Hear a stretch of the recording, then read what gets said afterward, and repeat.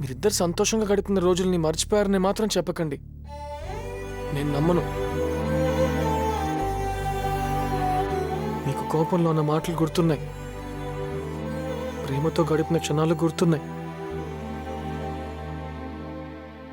కోపాన్ని దాచుకుని ప్రేమని వదిలేశారేంటమ్మా? మన గుడికి వెళ్దామని నువ్వు అన్నప్పుడల్లా ఆ మనంలో ఇద్దరే ఉన్నామనే బాధ.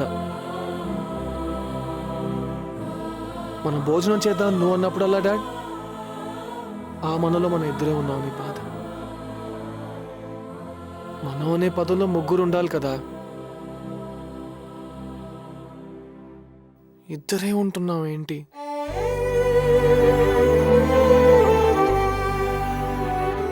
నాకు మీరిద్దరు కావాలి, మీరిద్దరు కావాలి. ప్రేమని పంచండి, నన్ను పంచుకోకండి ప్లీజ్.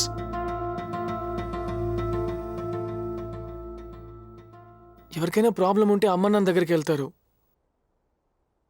అమ్మ నాన్నే ప్రాబ్లం అయితే